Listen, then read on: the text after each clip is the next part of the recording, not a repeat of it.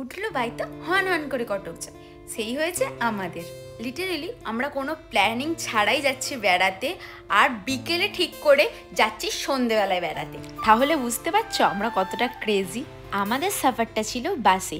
কিছুক্ষণ যাওয়ার পরে বাসটা দাঁড়ায় একটা ধাবাতে, সেখান থেকে আমরা অর্ডার করেছিলাম বাটার নান আর শাহি পনির। আর শাহি পনিরটা যা খেতে ছিল না, এখনো পর্যন্ত ওই শাহি পনিরের টেস্টটা ভুলতে পারিনি।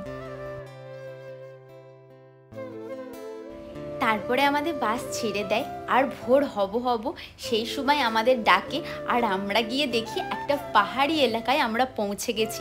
ভাবা যায় কয়েক ঘন্টার মধ্যে পুরো ওয়েদার চেঞ্জ।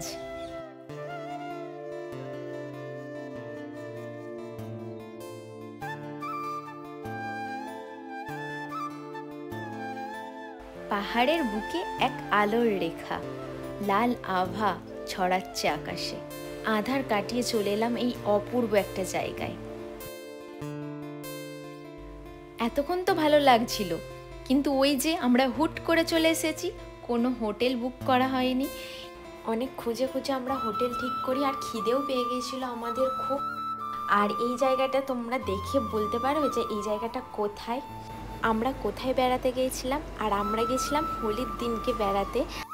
ওখানকার বাচ্চারা আমাদের রং মাখিয়ে দিয়েছিল, আর এইভাবে আমরা হোলির দিনটাকে এক অন্যভাবে কাটিয়েছিলাম।